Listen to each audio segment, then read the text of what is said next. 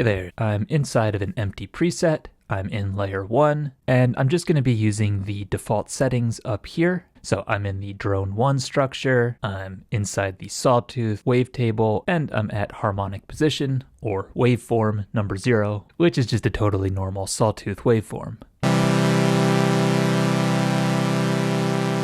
Okay, now that takes approximately 1,000 years for the release to stop, so first thing I'm going to do here is turn our release down to 0, so we don't have to wait for it. Much better, and I'll come back and adjust that later. Also come back up to these knobs here and show you some options with them. These knobs controlling parameters related to the core sound engine of the Ambient Zero, whereas these down here control things like our filter and envelope, and for this patch most of the action is happening down here. Okay, anyway, so one of the characteristic aspects of a string sound is that it has a bit of a gradual attack. So I'm going to increase the attack value from 0 to, let's try about 30 to start off with. Okay, now we have a very kind of fizzy sound, and that's because our filter cutoff value is all the way up. So let's bring that down. We've also got our resonance at a middle value. Let's bring that down as well. Maybe bring the filter back up a little bit. And I'll just leave it there for now. Okay, so our sound's a bit more mellow now. Now, in addition to a bit of a gradual attack, another really characteristic aspect of a string sound is vibrato. If you ever watch someone playing an instrument like a violin, you'll notice how they don't just put their fingers on the string and leave them there as they play different notes. Instead, they do this sort of wiggle or shaky thing with their fingers, as opposed to this. Surprisingly difficult skill to learn, but fortunately on a synth, all we have to do is assign one of our LFOs to what the Ambient Zero calls the tune parameter. And I'm going to keep this on just the default sine wave shape of LFO, but you could also use something like a triangle here. And then the key thing is that for the depth, you want to go super, super, super low. I would usually go all the way down to 1. And then let's bring the rate up.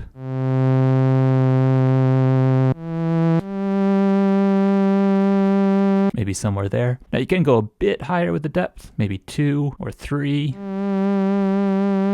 maybe even 4. But if you go any higher than that, like even just 5, it's starting to get a bit goofy and exaggerated, and I want this to be nice and subtle, so I'm going to go with 1.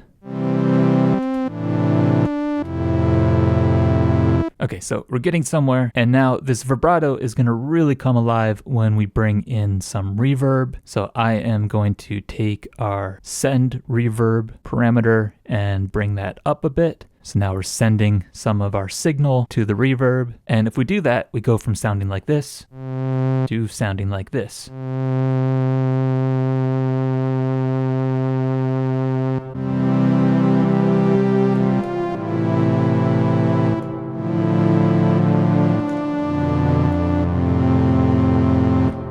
Okay, and then for the final thing I'm going to do here, I am going to take our mix reverb. So this is how much of our overall mix is our reverberated wet signal versus our original dry signal. By default, this is set somewhere in the middle. I am going to bring this value all the way up, meaning we are going to have a 100% wet mix. So 100% the reverberated sound, which right now sounds like this.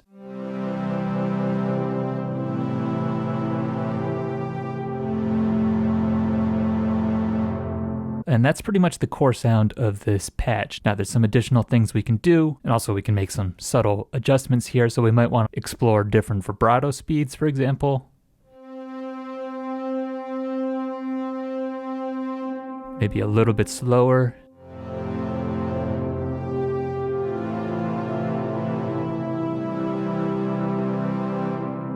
And I might also want to come back to this release and adjust that. Remember, I put this on 0. Now, because we have 100% reverb on our mix, we are naturally getting what is sort of like a release,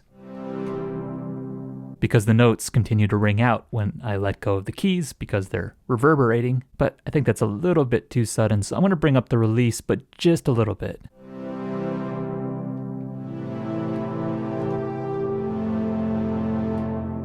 because the reverb's already doing a lot of the work for us.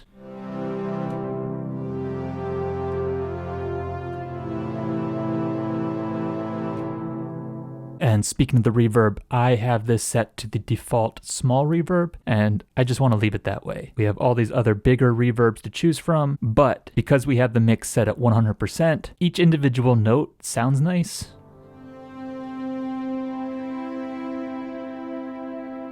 But if I try to actually play anything, because the notes are ringing out for so long, everything just gets kind of muddy, and I think it's just too much.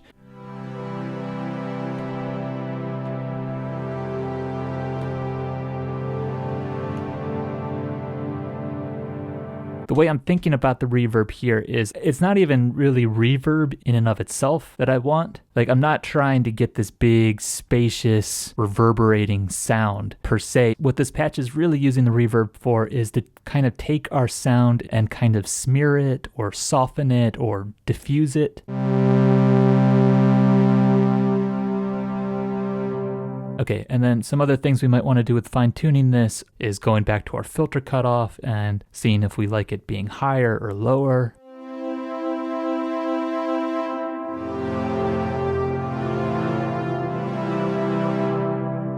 I think that sounds nice, but I feel like the higher the filter cutoff goes,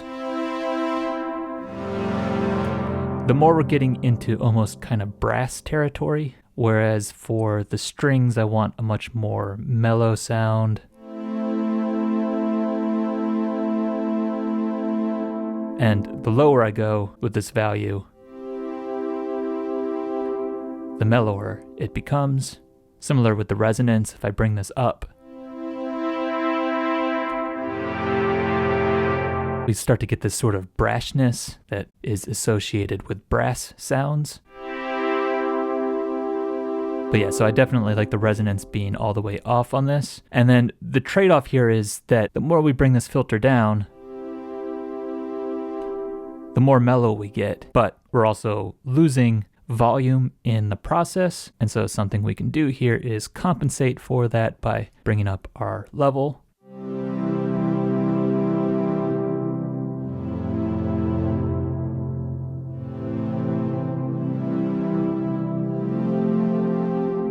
And then actually, you should also remember that since we have 100% reverb on our mix, our send value is acting a lot like a level control too, because it's controlling how much of the signal we're sending to the reverb, and then all we're hearing is the reverb. So if I bring this value up, we should also get a rise in volume.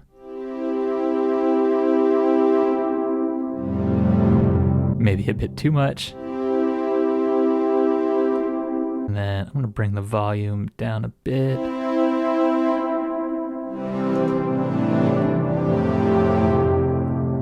And I think our attack could be a bit slower too.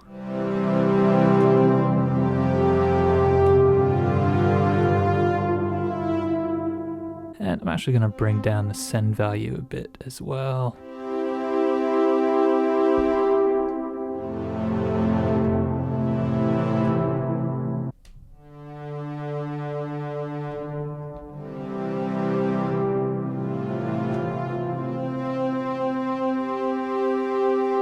And let's see what this sounds like on some higher octaves.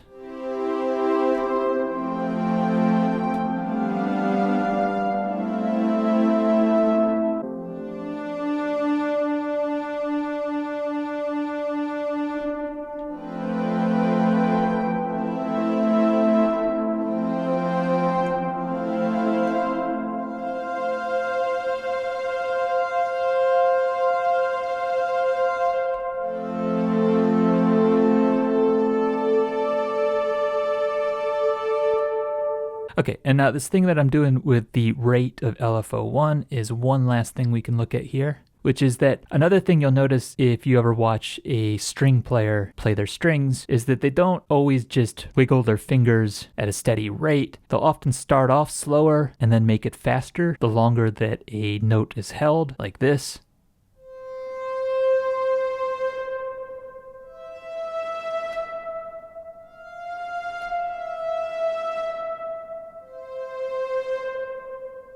are they'll start off with a shallow vibrato and make it deeper the longer that the note is held, like this.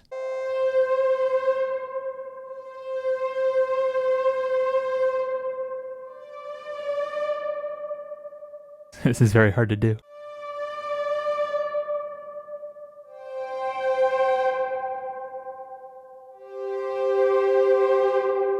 And often a combination of the two things, which I'm not even going to try to do with my hands. But anyways, point being, we can mimic one of these two actions by assigning our second LFO to the first LFO's rate or depth. So I'm going to do it with the rate, and then to simulate the rate going faster and faster the longer a note is held, I'm going to turn triggering on, and I'm going to change the shape to ramp up, and then putting on a shift hold, I'm going to raise the depth of LFO2 and set the rate fairly low. Let's try this.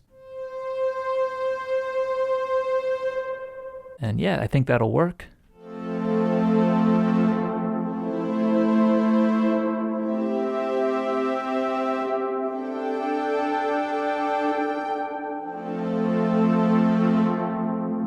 It's a bit of a subtle difference, but it just adds a little bit more liveliness to our notes.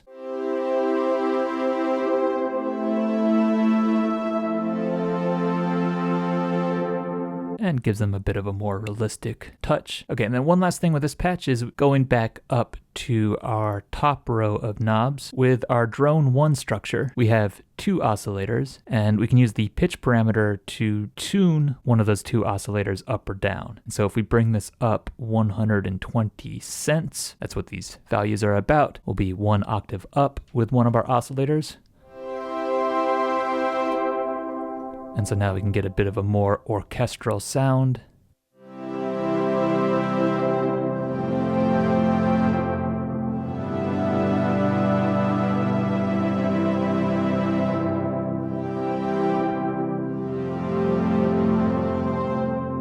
Actually, I want to bring down the release now.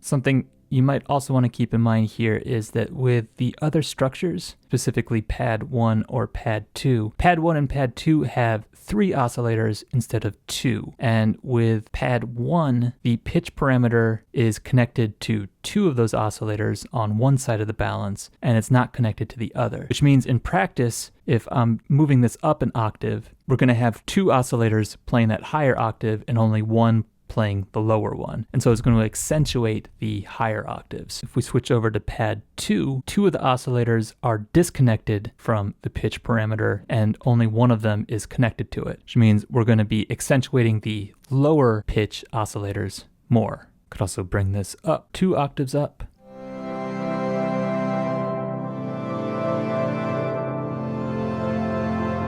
Or 1 octave down, negative 120.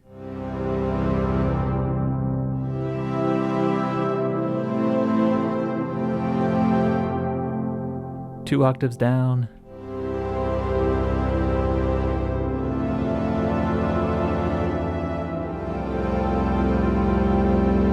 Or, if you want to be more adventurous, bring it up 70 cents, and this will give you an interval of a fifth, 1, 2, 3, 4, 5, up from your original note. This way you can easily generate some more exotic chords.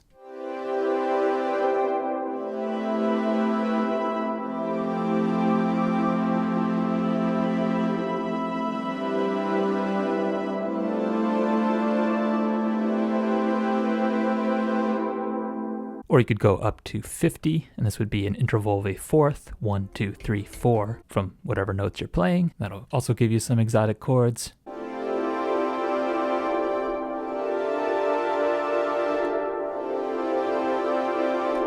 Or you could go down negative 50. This would be a fifth down.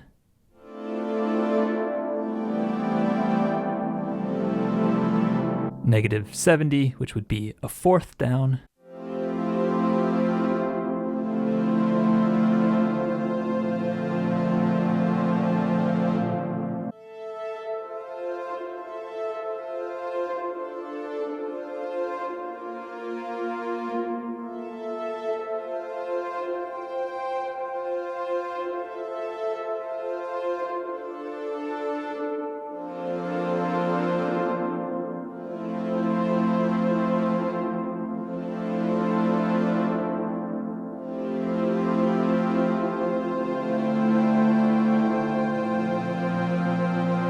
And then you could take any of these fourth or fifth interval values and do them an octave below. So 70 plus 120 is 190, for example.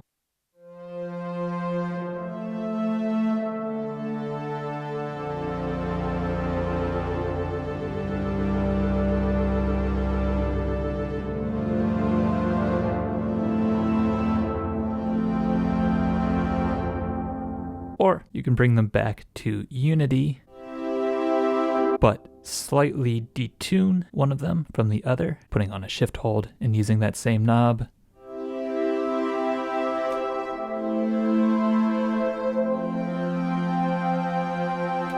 Maybe a bit less detuning.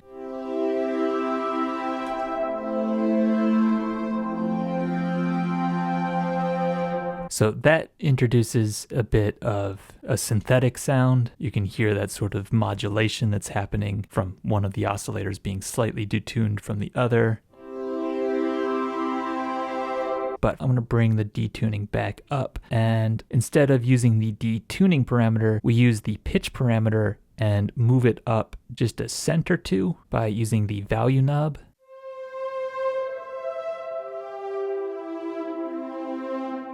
And now the two oscillators are much more out of tune with each other.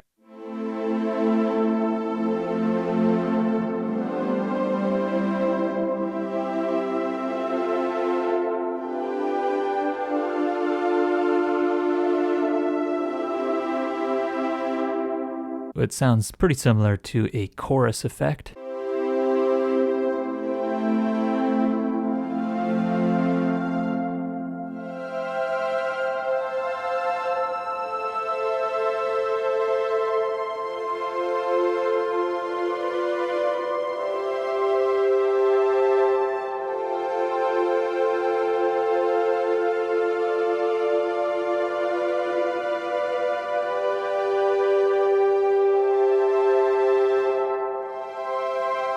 Or just don't use it at all. And at these higher registers,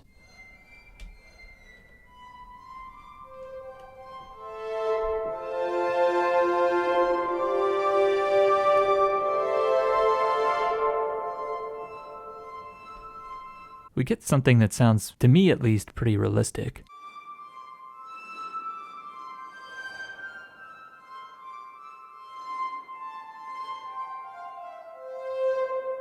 Now, this whole time I've been in polyphonic mode because I want to play chords, but we could also just play single line melodies. Bring that release back up a bit.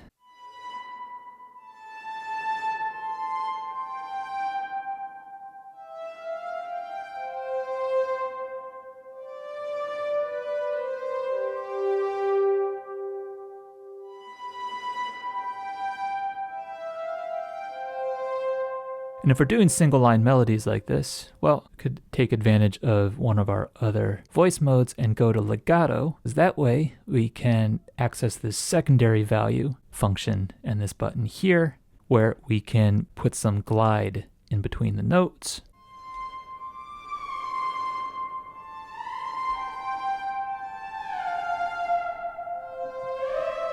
And one thing to keep in mind with legato mode is that if you press a key and then let go and press another one and do that quickly, you don't get any glide. You only get glide if you hold it down and then while holding it down, press another key. That's a good thing to keep in mind with the legato, because if you just do glide notes all the time,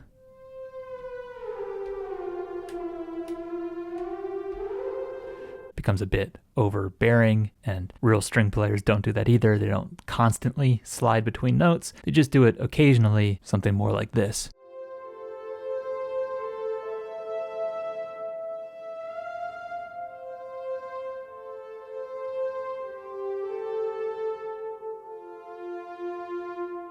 So I view putting on glide in legato mode more like giving yourself an option to glide between notes, and then I only make use of that option occasionally. You could also try this in monophonic mode. The difference here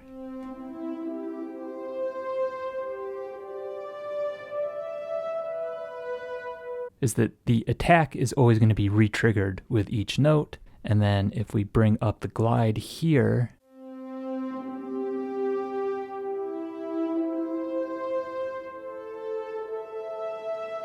we can barely even hear it, because by the time the attack is done, our glide is also just about done. So we'd have to make the glide slower than the attack to really hear it.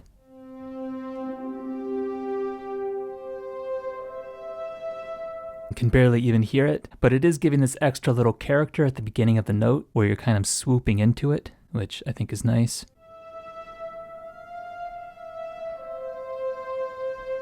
Let's try bringing the glide up even more. That's a bit too much.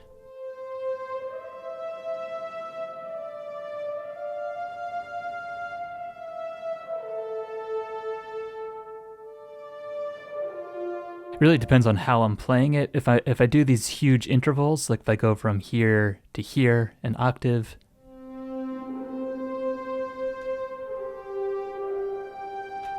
it gets a bit too exaggerated, but if I'm playing notes that are close together,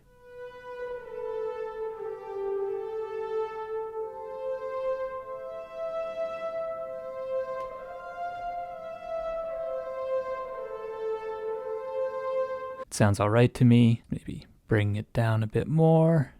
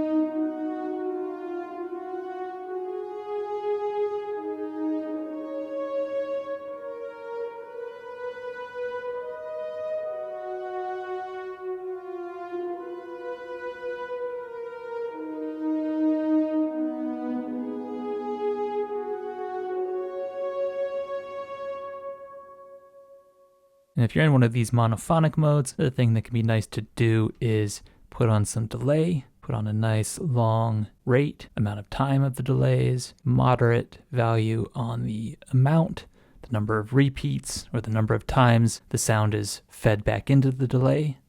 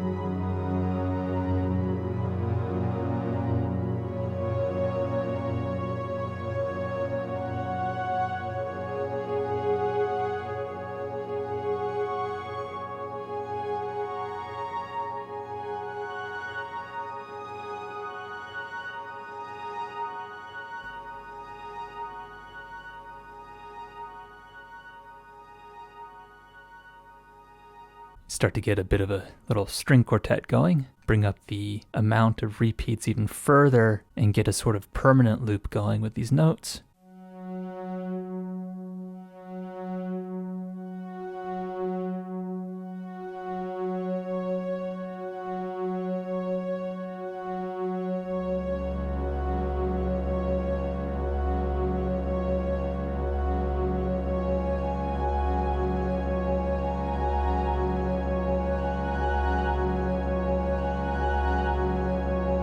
And at any time I want, just bring back this amount and let the notes kind of drift away.